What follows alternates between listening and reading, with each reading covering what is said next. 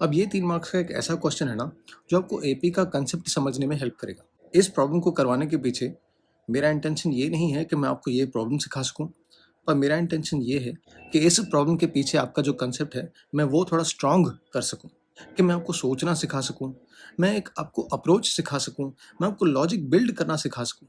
In short, मैं आपको ऐसी चीज़ें सिखा सकूं, जो मैथ्स के किसी भी क्वेश्चन से डील करने में आपको हेल्प करेंगी।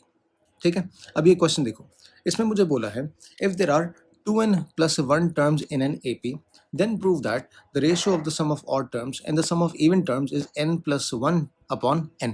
ठीक है। अब अगेन मैं हमेशा बोलता हूँ, आपको किसी ने नहीं कहा कि आपको पूरा सम एक साथ समझना है। जब भी ऐसे क्वेश्चंस आते हैं जहाँ पे 3-4 चीज़ें दी हुई हैं जो आपको समझ में नहीं आ रही है, तो आप अपने दिमाग को एक टाइम पे सिर्फ एक चीज़ सिखाओ। मतलब आप उस क्वेश्चन को पार्ट्स में डिवाइड करो। ठीक है। तो मैं क्या करता हूँ ना, मैं इस क्वेश्चन को 2 पार्ट्स में डिवाइड करता हूँ। एक तो जो मुझे गिवन है और एक तो जो मुझसे पूछा गया है। ठीक है। तो मेरा हमेशा से अप्रोच यही रहता है कि पहले मैं अपने दिमाग को समझा सकूं कि भाई मेरे पास गिवन इन्फॉर्मेशन क्या है, क्योंकि जब मेरा दिमाग वो समझेगा ना कि गिवन में क्या क्या है, जब वो इन्फॉर्मेशन को समझने लगेगा, तो मैं खुद ही समझने लगूंगा धीरे धीरे कि मुझे फाइंड क्या करना है और वो कैसे करना है। ठीक है। अब देखो, इसमें मुझे बोला है कि if there are 2n+1 terms in n AP. ठीक है। तो मतलब मुझे पहले क्या करना पड़ेगा, मतलब मुझे पहले अपनी एक एपी कंसीडर करनी पड़ेगी, एक एपी मान के चलनी पड़ेगी। ठीक है। तो मैं एक एपी ऐसे लेता हूँ जिसमें A1 A2 A3 ऐसे टर्म्स ले लेता हूँ। ठीक है। लेकिन मुझे बोला है कि इस एपी में 2n+1 टर्म्स है। ठीक है। तो मेरा जो लास्ट टर्म होगा वो किस पोजीशन पे आएगा, 2n+1 पोजीशन पे आएगा। ठीक है। मतलब अगर n की वैल्यू होगी 3, तो मेरा ये टर्म जो है किस पोजीशन पे आएगा, 7th पोजीशन पे आएगा। अगर मेरे n की वैल्यू होगी 4, तो मेरा ये टर्म 9th पोजीशन पे आएगा। अगर मेरे n की वैल्यू होगी 5, तो मेरा ये जो टर्म है ये 11th पोजीशन पे आएगा। ठीक है। मतलब इस एपी में जो लास्ट टर्म है वो एक ऑड पोजीशन पे खत्म हो रहा है। ठीक है। मैं ऑड नंबर की बात नहीं कर रहा हूँ, ऑड पोजीशन की बात कर रहा हूँ। ठीक है, कि वो एक ऑड पोजीशन पे खत्म होगा। ठीक है।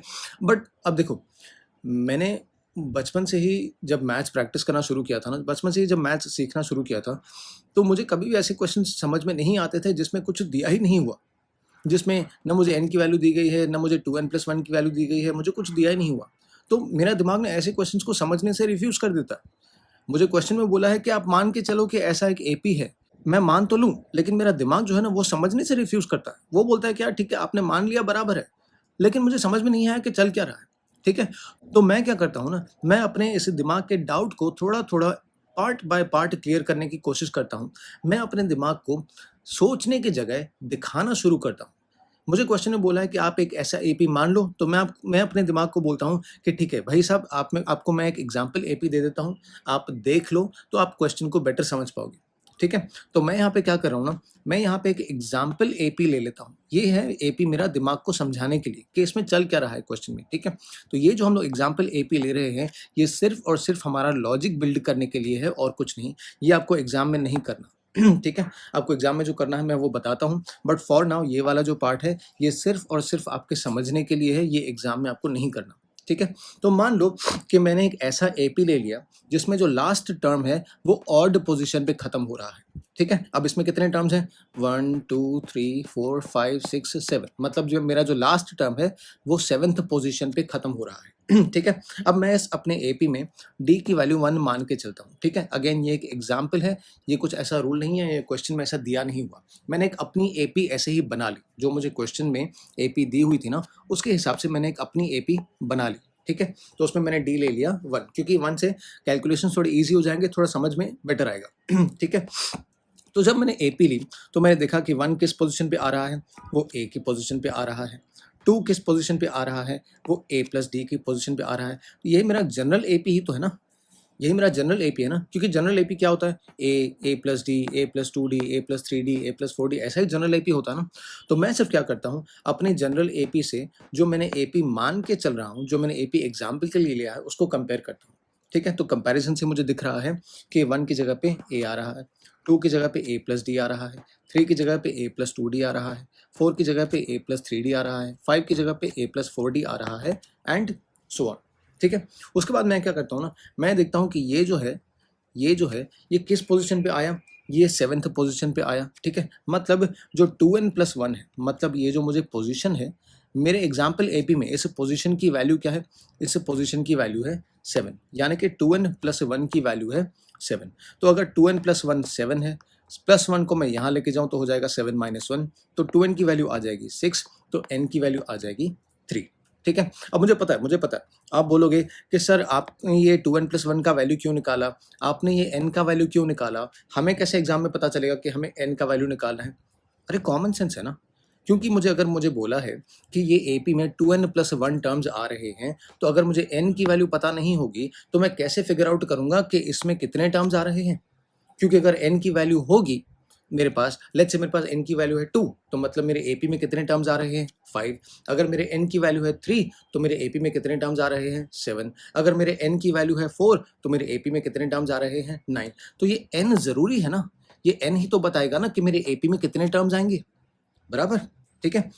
अब देखो, गिवन इन्फॉर्मेशन से मैं जितना निकाल सकता था उतना मैंने निकाल लिया। मुझे एक बोला था कि एपी ले लो 2n+1 टर्म्स वाला, मैंने एक एपी ले लिया 2n+1 टर्म्स वाला। उसमें से जो मैं निकाल सकता था, जितना मैं निकाल सकता था उतना मैंने निकाल लिया। मैंने क्या क्या निकाला, मैंने टर्म्स निकाले कि मेरे वो टर्म्स कौन कौन से हैं, और मैंने वहाँ से एक एग्जाम्पल n का वैल्यू ले लिया, ठीक है। अगेन ये एक एग्जाम्पल है, ये एक्चुअल वैल्यू नहीं है, ठीक है। यही एग्जाम्पल की वैल्यू जो है आपको लॉजिक बिल्ड करने में काम आएगी, आपको आगे सम में दिखाएगी कि चल क्या रहा है, ठीक है। अभी के लिए सिर्फ ये एग्जाम्पल ही है, ठीक है। प्लीज़ कमेंट में मुझे पूछना मत कि सर ये एपी कहाँ से आया, ये आपने क्यों लिया। एग्जाम्पल है लॉजिक बिल्ड करने के लिए, यहाँ से मैं क्वेश्चन को समझने की ट्राई करूँगा, यहाँ से मैं लॉजिक निकालने की ट्राई करूँगा, और फिर इसमें से जो लॉजिक निकलेगा वही लॉजिक सिर्फ मैं अपने क्वेश्चन पे अप्लाई कर दूंगा, ठीक है। चलो आगे देखते हैं। अब मुझे बोला है इसमें आगे वाले पार्ट में, prove that the ratio of the sum of odd terms and sum of even terms, ठीक है। अब इतने से पार्ट में भी 2-3 बातें हैं। वो 2-3 बातें क्या है कि मुझे ऑड टर्म्स चाहिए, मुझे इवन टर्म्स चाहिए, फिर मुझे उनका सम भी चाहिए, फिर मुझे उनका रेशो भी चाहिए। अगेन आपको किसी ने नहीं बोला कि एक साथ पूरी बात समझो, ठीक है। आप एक टाइम पे एक चीज समझो। पहले तो हम क्या समझेंगे कि मुझे यहाँ पे ऑड टर्म्स चाहिए और मुझे इवन टर्म्स चाहिए, ठीक है। तो मैं क्या करता हूँ ना, मैं अपनी एपी को देखता हूँ, और मैं अपनी एपी के जो नंबर्स हैं उनको मैं टीम्स में डिवाइड कर देता हूँ। मैं ऑड नंबर्स को बोलता हूँ कि आप लेफ्ट टीम में चले जाओ, मैं इवन नंबर्स को बोलता हूँ कि आप राइट टीम में चले जाओ, और बाकी नंबर्स मेरे पीछे आ जाओ, ठीक है। तो यहाँ पे मैंने एक ऑड नंबर्स की टीम बना दी और एक इवन नंबर्स की टीम बना दी, ठीक है। अब ऑड नंबर्स क्या है, ऑड नंबर्स एक लाइन में आ जाते हैं, ठीक है। तो ऑड नंबर्स में से मेरी एपी में से कौन कौन आया, मेरी एपी में से 1 आया, 3 आया, 5 आया, 7 आया। मतलब मेरी एपी में से कौन कौन सा टर्म आया, ए आया, a+2d आया, a+4d आया, और a+6d आया, एंड सो ऑन। मतलब a+, उसके बाद 8d आएगा, a+10d आएगा, a+12d आएगा। ऐसे टर्म्स मेरी ऑड टीम्स में, ऑड वाली टीम में आते जाएंगे, ठीक है। अब अगर आपके पास आंखें हैं तो आपको दिखाई देगा कि ये जब नंबर्स लाइन में आ गए ना, ये जब नंबर्स आके एक लाइन में खड़े हो गए, तो ये अपनी ही एपी एक बना रहे हैं। कैसे एपी बना रहे हैं? अरे यहाँ पे कॉमन डिफरेंस देखो ना, यहाँ पे कॉमन डिफरेंस क्या है 2 का, यहाँ पे कॉमन डिफरेंस क्या है 2 का, यहाँ पे कॉमन डिफरेंस क्या है 2 का। तो ये इन्होंने तो अपनी ही एपी बना दी, ठीक है। तो जब मैंने इस बात पे ध्यान दिया कि इनकी अपनी एपी बना रही है, तो मैं इस एपी को समझने लगा कि इस एपी में चल क्या रहा है, ठीक है। तो इस एपी में मैंने नोटिस किया कि नंबर ऑफ टर्म्स कितने हैं, इसमें 1 2 3 4, इसमें 4 टर्म्स आ रहे हैं, ठीक है। 4 टर्म्स आ रहे हैं, तो मैंने 4 को क्या लिखा, मैंने लिखा 3+1, ठीक है। फिर मैंने रियलाइज किया कि अरे ये जो मेरा 3 है ये n के ही तो इक्वल है, तो मैंने क्या कर दिया, 3 की जगह पे n रख दिया, ठीक है। तो इसमें नंबर ऑफ टर्म्स कितने आ गए, n+1 आ गए, ठीक है। अब इसमें से मैं एक बहुत इंपॉर्टेंट बात समझा। मैं क्या समझा कि अगर मेरे पास एक ऐसी एपी दी गई है जिसमें 2n+1 टर्म्स आ रहे हैं, तो उसमें ऑड नंबर ऑफ टर्म्स कितने आएंगे, उसमें ऑड नंबर ऑफ टर्म्स आएंगे n+1, ठीक है। इतना समझा, ठीक है। अब ये जो मेरा ऑड टीम्स वाला एपी है, इसको मैं फर्दर समझने की ट्राई करता हूँ। इसमें मैंने नोटिस किया कि मेरा फर्स्ट टर्म क्या आ रहा है, फर्स्ट टर्म मेरा ए आ रहा है, ठीक है। इसमें मेरा कॉमन डिफरेंस क्या आ रहा है, सर कॉमन डिफरेंस तो हम लोग सेकंड टर्म में से फर्स्ट टर्म माइनस करेंगे तो हमें मिल जाएगा। तो मैंने क्या किया, सेकंड टर्म लिया, उसमें से फर्स्ट टर्म माइनस कर दिया, तो मुझे कॉमन टर्म क्या मिल गया, कॉमन टर्म मिल गया 2d, ठीक है। अब इस एपी के बारे में जितना मैं समझ सकता था उस मैंने समझ लिया। अब मैं जो इवन टीम्स वाले जो खड़े हैं मेरे, उनके पास जाता हूँ, ठीक है। अब इवन टीम वाले नंबर्स कौन से खड़े हैं, 2 4 और 6, ठीक है। मतलब मेरे पास कौन से नंबर्स खड़े हैं, मेरे पास a प्लस डी खड़ा है, मेरे पास a प्लस 3d खड़ा है और मेरे पास a प्लस 5d खड़ा है। ठीक है, तो वो मैंने यहाँ पे लिख लिया कि मेरे पास a प्लस डी आ गया इवन टीम में, a प्लस 3d आ गया इवन टीम में और a प्लस 5d आ गया। ठीक है, अब अगर आपके पास अभी तक आंखें हैं तो आपको ये दिखना चाहिए कि ये नंबर्स भी खुद की ही एक AP बना रहे हैं। ठीक है, क्योंकि कॉमन डिफरेंस है वो क्या है, कॉमन डिफरेंस यहाँ पे 2, यहाँ पे 2, मतलब ये अपनी ही एक AP बना रहे हैं। तो मैंने क्या किया मैंने इस AP को समझने की ट्राई की। ठीक है, अब इस AP में से जो मैं इंफॉर्मेशन निकाल सकता हूँ वो मैंने निकालने की ट्राई की। ठीक है, अब इस AP में मैंने देखा कि नंबर ऑफ टर्म्स कितने आ रहे हैं। इस AP में 1 2 3 3 टर्म्स आ रहे हैं। ठीक है, अब मैंने आंखें खोल के रियलाइज किया कि अरे 3, ये नंबर तो मैंने पहले कहीं देखा है और ये नंबर मैंने कहाँ देखा है, कहाँ देखा है, ये तो यहाँ देखा है मैंने। ठीक है, तो मतलब इसमें कितने टर्म्स आ रहे हैं, नंबर ऑफ टर्म्स इसमें कितने हैं, n। ठीक है, अब इसमें से मैं एक दूसरी एक बहुत इंपॉर्टेंट बात सीखा। वो क्या कि अगर मेरे पास एक ऐसी AP है जिसमें 2n प्लस 1 टर्म्स आ रहे हैं तो उसमें इवन टर्म्स कितने आएंगे, उसमें इवन टर्म्स आएंगे n। ठीक है, मतलब जो भी यहाँ पे n का वैल्यू होगा उसमें इवन टर्म्स क्या होगा, इवन टर्म्स की वैल्यू वही होगी। ठीक है, ये मैं दूसरी इंपॉर्टेंट बात सीखा। ठीक है, तो अब हम दो बातें बहुत इंपॉर्टेंट आगे कैरी फॉरवर्ड करते हैं। ठीक है, एक तो क्या कि ऑड टीम में नंबर ऑफ टर्म्स कितने हैं, n+1, और इवन टीम में नंबर ऑफ टर्म्स कितने हैं, n। तो मेरी AP में वंस अगेन मेरी AP में अगर मुझे एक ऐसी AP दी गई है जिसमें 2n + 1 टर्म्स आ रहे हैं तो उसमें ऑड टर्म्स कितने आएंगे, n+1, और इसमें इवन टर्म्स कितने आएंगे, n। ठीक है, एक सेकेंड सॉरी, हाँ, तो इसमें इवन टर्म्स कितने आएंगे, n। ठीक है, अब मैं आगे सम को समझने की कोशिश करता हूँ। ठीक है, अब मुझे सम में पूछा क्या है, मुझे सम में बोला है कि ये जो ऑड टर्म्स है ना, ये जो ऑड टर्म्स हैं आप इनका सम निकालो। ये जो ऑड टीम में जो नंबर्स आ रहे हैं ना, आप इनका सम निकालो और फिर आपके जो इवन टर्म्स में आपकी जो इवन टीम है उसमें जो नंबर्स आ रहे हैं आप उनका सम निकालो और वो रेशो ले लो। ठीक है, तो हमें चाहिए क्या, what do we need, we need sum of odd terms upon sum of even terms. ठीक है, तो मैं क्या करूंगा, मैं पहले ऑड टर्म्स का सम निकालूंगा, फिर मैं इवन टर्म्स का सम निकालूंगा और दोनों को डिवाइड कर दूंगा, दोनों को रेशो निकालूंगा। ठीक है, अब किसी भी AP में चाहे वो ऑड टर्म्स की AP हो चाहे वो इवन टर्म्स की AP हो, कोई भी AP क्यों ना हो, सम ऑफ टर्म्स का फॉर्मूला तो सेम ही रहेगा। ठीक है, और हमारे सम ऑफ टर्म्स का फॉर्मूला क्या रहता है, अगेन वो चाहे ऑड टर्म्स का AP हो चाहे इवन टर्म्स का AP हो। ठीक है, हमारा फॉर्मूला क्या रहेगा, हमारा फॉर्मूला रहेगा number of terms divided by 2। ठीक है, मैं इसमें n/2 भी लिख सकता था, बट अगेन मेरे दिमाग को मुझे क्लियरली समझाना है कि हर एक स्टेप में हर एक चीज पे चल क्या रहा है। ठीक है, तो मैं अपने दिमाग को क्या बोलता हूँ कि यहाँ पे आप n मत मानो, आप यहाँ पे एक्चुअली में है क्या, यहाँ पे एक्चुअली में मेरे पास नंबर ऑफ टर्म्स आता है। ठीक है, तो इसमें फॉर्मूला को थोड़ा अलग तरीके से लिखता हूँ। ठीक है, instead of writing n/2 2a + n-1d, मैं अपने दिमाग को दिखाता हूँ कि देखो यहाँ पे क्या आ रहा है, यहाँ पे नंबर ऑफ टर्म्स आ रहा है, यहाँ पे क्या आ रहा है, 2 × फर्स्ट टर्म आ रहा है, यहाँ पे क्या आ रहा है, नंबर ऑफ टर्म्स -1 आ रहा है, और ये जो ब्रैकेट है ये किससे मल्टीप्लाई हो रहा है, ये कॉमन डिफरेंस से मल्टीप्लाई हो रहा है। ठीक है, तो अब मैंने क्या किया, अब मैंने उसका सम निकाला। ठीक है, अब मैंने उसका सम निकाला। ठीक है, तो ऑड टर्म्स के AP का सम जब मैं निकालने जाऊंगा तो मुझे सबसे पहली चीज़ क्या चाहिए, मुझे चाहिए नंबर ऑफ टर्म्स। ठीक है, तो मैं अपनी ऑड टीम के पास जाता हूँ, मैं अपनी ऑड टीम के पास जाता हूँ और इसमें देखता हूँ नंबर ऑफ टर्म्स क्या है, नंबर ऑफ टर्म्स हैं n+1। ठीक है, तो इसकी जगह पे मैंने क्या रख दिया, मैंने रख दिया n+1। ठीक है, उसके बाद मैं देखता हूँ कि इसे क्या चाहिए, और इसे चाहिए 2 × फर्स्ट टर्म। ठीक है, वापस मैं अपनी ऑड टीम के पास जाता हूँ, मैं अपनी ऑड टीम के पास गया, मैंने उससे पूछा कि आपका फर्स्ट टर्म क्या है, उसने बोला मेरा फर्स्ट टर्म है a। ठीक है, तो मैंने क्या कर दिया, मैंने कर दिया 2 × a। अब आगे मुझे क्या चाहिए, मुझे चाहिए नंबर ऑफ टर्म्स -1। ठीक है, तो मैं नंबर ऑफ टर्म्स तो मैंने ऑलरेडी यहाँ पे यूज़ किया था, वही वैल्यू मैं वापस ले लेता हूँ। नंबर ऑफ टर्म्स मैंने यहाँ पे यूज़ किया था, वही वैल्यू मैं वापस ले लेता हूँ। तो मैंने यहाँ पे क्या लिख दिया, नंबर ऑफ टर्म्स -1, मतलब n+1 -1। ठीक है, अब जब सारे वैल्यूज मैंने ले लिए, अच्छा हाँ लास्ट में सॉरी, और इस AP को क्या चाहिए, और इसको कॉमन डिफरेंस चाहिए। ठीक है, तो मैं वापस अपनी ऑड टीम के पास गया, मैंने उनसे पूछा कि भाई साहब आपका कॉमन डिफरेंस क्या है, उन्होंने बोला कि हमारा कॉमन डिफरेंस है 2d। ठीक है, तो कॉमन डिफरेंस की वैल्यू मैंने यहाँ पे लगा दी 2d। ठीक है, उसके बाद मैंने इसको सिंप्लीफाई करना चालू किया, ये +1 और ये -1 कट हो गया। ठीक है, तो मेरे पास बचा क्या, मेरे पास बचा 2a प्लस यहाँ पे ब्रैकेट में n × 2d। ठीक है, ये 2a का 2a सेम आएगा और ये n × 2d क्या हो गया, ये 2nd हो गया। ठीक है, अब मैंने इसमें देखा कि इसमें 2 कॉमन निकल रहा है, तो मैंने 2 कॉमन निकाल दिया। ठीक है। फिर ये 2 और ये 2 जो है ये कट हो गया आपस में, तो मेरे पास लास्ट में finally sum of odd terms क्या बचा, मेरे पास बचा n+1 times a plus n d बचा, ठीक है। अब सेम चीज़ मुझे क्या करनी है, सम ऑफ इवन टर्म्स के साथ सम ऑफ इवन टर्म्स करना है, ठीक है। मुझे चाहिए क्या था, ऑड टर्म्स का सम चाहिए था और इवन टर्म्स का सम चाहिए था, ये मैंने निकाल लिया, और टर्म्स का सम निकाल लिया। अब मैं कहाँ जाऊँगा, अब मैं सम ऑफ इवन टर्म्स निकालने जाऊँगा, ठीक है।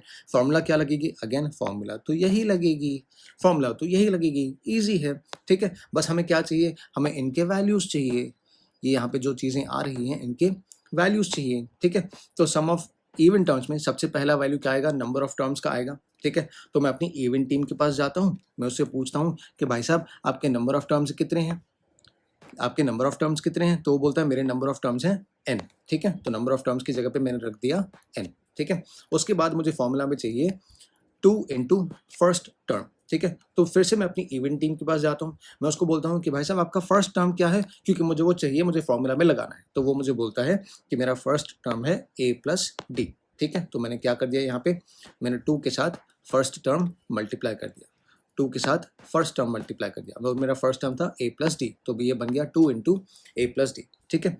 प्लस मुझे क्या चाहिए, नंबर ऑफ टर्म्स -1, ठीक है। नंबर ऑफ टर्म्स मैं ऑलरेडी यूज़ कर चुका हूँ, तो यही सेम वैल्यू मैं यहाँ पे रख दूंगा। तो नंबर ऑफ टर्म्स हो गया, यहाँ पे नंबर ऑफ टर्म्स -1 हो गया, n-1, ठीक है। उसके बाद मुझे क्या चाहिए, टाइम्स कॉमन डिफरेंस, ठीक है। तो मैं अपनी इवेंट टीम के पास वापस जाता हूँ, मैं उनसे पूछता हूँ कि भाई साहब आपका कॉमन डिफरेंस क्या है, वो बोलता है मुझे कि मेरा कॉमन डिफरेंस क्या है, 2D, ठीक है। तो वो इन्फॉर्मेशन मैं क्या करता हूँ, वो वैल्यू जो है वो सिर्फ यहाँ पे डाल देता हूँ, इनटू कॉमन डिफरेंस की जगह पे लिख दिया मैंने इनटू 2D, ठीक है। अब मैं बस इसको आगे सिंप्लीफाई करता जाता हूँ, ये इस 2 को मैंने इस ब्रैकेट के साथ मल्टीप्लाई कर दिया, तो ये बन गया 2a प्लस 2d, ठीक है। इस 2d को मैंने इस ब्रैकेट के साथ मल्टीप्लाई कर दिया, तो ये बन गया 2nd माइनस 2d, ठीक है। फिर ये 2d और 2d यहाँ पे कट हो गया, तो मेरे पास बचा 2a प्लस 2nd। अब इसमें से मैंने 2 कॉमन निकाल लिया और वो 2 इस 2 के साथ कट हो गया, तो मेरे पास एट द एंड क्या बचा, n times a plus nd, ठीक है। अब मैं अपने क्वेश्चन के पास वापस जाता हूँ, मैं अपने क्वेश्चन के पास वापस जाता हूँ। मुझे क्वेश्चन ने क्या बोला था कि उन्हें क्या चाहिए, उन्हें चाहिए कि जो भी ऑड टर्म्स का सम आया आप उसको इवन टर्म्स के सम के साथ डिवाइड करो। मैं ठीक है कर लेते हैं डिवाइड, कौन सी बड़ी बात है। तो हमने क्या किया, ऑड टर्म्स का सम ऊपर रखा, इवन टर्म्स का सम नीचे रखा।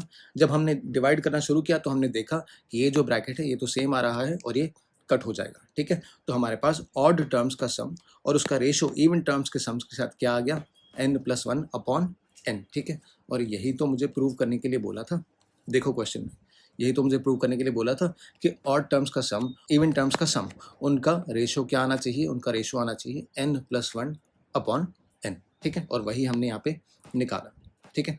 अब 1 सेकेंड, जैसे मैं आपसे हर बार कहता हूँ, डायरेक्टली प्लीज़ सम कॉपी मत करो, आप पहले सम को देखो, पहले खुद का एक लॉजिक बिल्ड करो, वो लॉजिक अप्लाई करना सीखो और उसके बाद इस सम को एक बार पहले खुद से ट्राई करो। अगर आपको फिर भी नहीं आता तो आप यहाँ से आप स्क्रीनशॉट लेके आप कॉपी कर सकते हो, ठीक है। तो ये सम मैं आपको पहले शुरू से पूरा दिखा देता हूँ अगेन। हाँ अच्छा, मैंने आपको और बोला था, आप में से कई लोग बोलते हैं कि सर हमारे पास एग्जाम में इतना टाइम नहीं होता, ठीक है। आपको इतना टाइम लेना ही नहीं है ना, ये तो मैं समझाने में टाइम इस्तेमाल कर रहा हूँ। ये जब मैं आपको पूरी एक-एक चीज़ जब बैठ के डिटेल में समझा रहा हूँ तो मुझे इतना टाइम लग रहा है।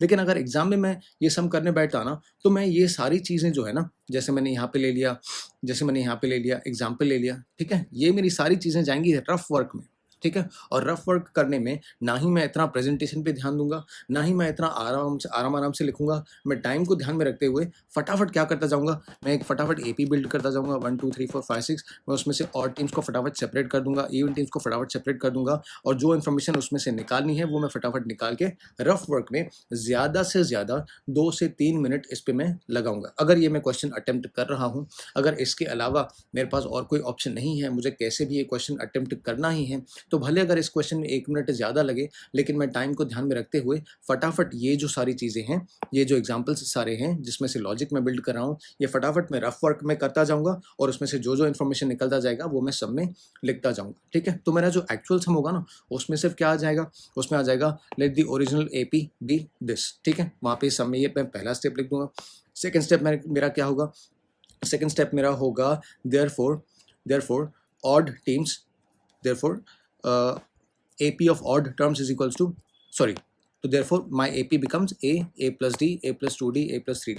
Therefore my AP of odd terms becomes a plus 2d, A plus 4d, A plus 6d. ठीक है, फिर ये इन्फॉर्मेशन मैं वहाँ पे लिख के आऊँगा. देयरफॉर ऑड जो नंबर्स हैं they form an AP, and उसमें ये मैं डिटेल लिख के आऊँगा. ठीक है, उसके बाद सेम चीज़ मैं इवन टीम के लिए करूँगा. देयरफॉर मैं क्या लिखूंगा वहाँ पे, therefore AP of even numbers is equals to a plus d, a plus 3d, a plus 5d, और उसका इन्फॉर्मेशन मैं यहाँ पे लिख के आऊँगा. फटाफट मैं क्या करूँगा, फटाफट मैं सिर्फ अपना यहाँ पे रेशो निकालता जाऊँगा. तो मुझे एग्जाम में ये भी नहीं लिखना, ना ही मुझे ये समझना है, मुझे ये फॉर्मूला आता है. यहाँ पे ये जो मैंने डिटेल में लिखा है ना, number of terms, first term, number of terms, common difference, ये सिर्फ समझाने के लिए लिखा है. आपको ऑलरेडी ये चीज़ें पता है, तो आप क्या करोगे, आप डायरेक्टली इस स्टेप पे आ जाओगे. ठीक है, जब आप ये चीज़ें निकाल लोगे तो आप डायरेक्टली इस स्टेप पे आ जाओगे. Therefore S of O is equals to, आपने ये चीज़ निकाल ली. Therefore S of A is equals to, 1 minute में ये चीज़ निकाल ली. ठीक है, और उसके बाद फिर रेशियो निकाल के सीधा आप क्या दिखाओगे, हेंस प्रूव्ड. ठीक है, मैं नहीं कहता कि आपको ये सम एग्जाम में करना कंपलसरी है. ऐसे सम्स, हाँ, मैं मानता हूँ कभी कभी ऐसे सम्स एग्जाम में थोड़ा टाइम ज़्यादा कंज्यूम कर लेते हैं, बट ऐसे सम्स को समझना ज़रूरी है. क्योंकि अगर ऐसा कुछ एग्जाम में क्वेश्चन आ जाता है जो हमें नहीं आ रहा, और उसके ऑप्शन में ऐसा कुछ क्वेश्चन आ गया है, तो इट्स बेटर कि हम लोग अंडरस्टैंडिंग के साथ एग्जाम में जाके बैठें, हम लोग एक प्रिपरेशन के साथ एग्जाम में जाके बैठें कि वर्स्ट कम वर्स्ट, हार्ड से हार्ड सम जो आएगा वो हमें एटलीस्ट अप्रोच करने तो आना चाहिए. ठीक है, अगर इन केस अगर आपको समझो कोई और ऑप्शन नहीं है, आपको मजबूरी में ऐसा एक सम अटेम्प्ट करना पड़ता है, ठीक है, तो आप पूरा सम नहीं, आप आधा सम भी करके आओगे तो 3 मार्क्स में से शायद आपको 1 मार्क मिल जाए. क्या पता वो जो पेपर जिस दिन चेक कर रहा हो, उसका जो आपका जो एग्जामिनर है जो आपका पेपर चेक कर रहा हो, उस दिन उसके घर में कोई खुशी की बात हो, तो वो बहुत ही लीनिएंट पेपर चेक करे, आपको 1 की जगह 2 मार्क्स दे दे. पता नहीं है यहाँ पे, या फिर 1.5 मार्क दे दे, पता नहीं है. ठीक है, बट एटलीस्ट अगर आपके पास अप्रोच होगा, तो आपको मजबूरी में ही सही, अगर ऐसे क्वेश्चंस अटेम्प्ट करने पड़े, तो आप कुछ तो लिख के आ सकते हो ना, कुछ तो आप वहाँ पे लॉजिक दिखा के आ सकते हो ना, कि हाँ हमने सोचने की ट्राई की थी, इतना तो आप एग्जामिनर को दिखा सकते हो ना. तो वो क्या दिखेगा कि चलो ठीक है, ये जो स्टूडेंट है इन्होंने पूरा सम नहीं भी किया, तो एटलीस्ट ये राइट डायरेक्शन में जा रहे थे, तो सिर्फ उसी के लिए एटलीस्ट 3 में से 1 दे देंगे. क्या पता 3 में से हाफ दे दे, कुछ तो मिलेगा, जीरो तो नहीं मिलेगा ना. और वही हमारा इसमें इंटेंशन है कि अगर हमारे पास अप्रोच होगा ना, तो पहली बात तो हमें एपी का कोई भी सम आना चाहिए, क्योंकि हम अपने अप्रोच पे फोकस कर रहे हैं. तो अगर अप्रोच हमें आता है तो एपी का कोई भी सम आना चाहिए. लेकिन ठीक है, मैंने कमेंट्स पढ़े आपके, मैं समझता हूँ आप बोलते हो कि सर वो टाइम पे दिमाग नहीं चलता, प्रेशर होता है, फोकस नहीं बैठता. 100% अग्री करता हूँ मैं, 100% अग्री करता हूँ, क्योंकि बोर्ड्स में सिर्फ पेपर लिखना या वहाँ पे हम लोग आराम से बैठ के मैथ्स का मज़ा नहीं ले सकते. हमें वहाँ पे पेपर ख़त्म करना होता है, हमें वहाँ पे पेपर टाइम पे ख़त्म करना होता है, प्रेजेंटेशन पे ध्यान देना होता है. एक एटमॉस्फेयर ही अलग सा बन जाता है वहाँ पे, जहाँ पे हम लोग मैथ्स पे इतना फोकस नहीं कर पाते जितना पेपर लिखने पे फोकस करना पड़ता है. तो आई अंडरस्टैंड दोस थिंग्स. ठीक है, बट अगेन मेरा इंटेंशन है ये सम्स करवाने के पीछे कि मैं इन 2-3 दिनों में जितना आपका अप्रोच बिल्ड कर सकूं, जितने आपके कंसेप्ट स्ट्रॉन्ग कर सकूं, आप उतने कंसेप्ट लेके एग्जाम में जाके बैठो. ठीक है, तो अगर ऐसे हार्ड सम्स जो है ना, या आपको ये हार्ड लगते हैं, एक्चुअली ये सम कुछ भी हार्ड नहीं है, ये बिल्कुल भी हार्ड नहीं है. ठीक है, ये सिर्फ थोड़ा मैं बोल सकता हूँ कि हाँ टाइम कंज्यूमिंग है, इसका लॉजिक समझने में आपको शायद 2 मिनट एक्स्ट्रा लग जाएंगे. ठीक है, लेकिन अगर ऐसे सम्स आपने अटेम्प्ट किए, तो ऐसे सम्स अगर आपको करने आ गए ना, अगर ऐसे सम्स के पीछे आपको अप्रोच लगाने आ गया, तो अगर इससे जब इजी सम्स आएंगे ना, वो तो आपको इतने इजी लगेंगे, आप बोलोगे क्या सीबीएसई वाले कुछ भी सम देते हैं, अरे कोई चैलेंजिंग सम लेके आओ, ये क्या बच्चों का सम उठा के आपने दे दिया.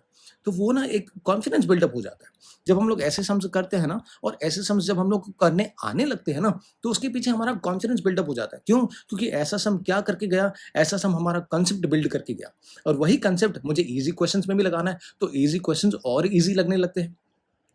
एनीवेज, आई होप आपको ये सम समझा, आई होप इसके पीछे का आपको कंसेप्ट समझा, आई होप ये क्वेश्चन करने के बाद आपका थोड़ा सा कंसेप्ट स्ट्रांग हुआ, एंड आपको ये सम करने में उतना ही मज़ा आया जितना कि मुझे आया. अब मैं एक बार फिर से आपको ये पूरा सम दिखा देता हूँ.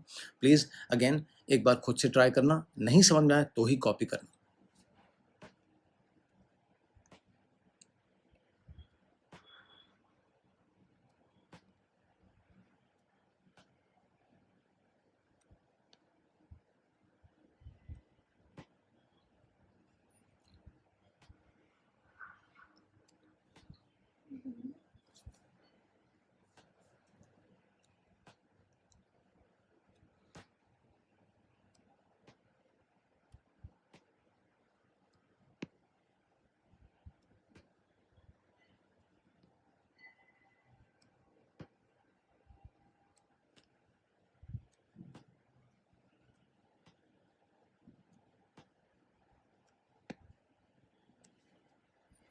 ठीक है। Again thank you so much for watching and बहुत सारे लोग सब्सक्राइब कर रहे हैं। आपका सपोर्ट बहुत मैटर करता है। मैं आपका सपोर्ट बहुत अप्रिशिएट करता हूँ, उसके लिए थैंक यू सो मच।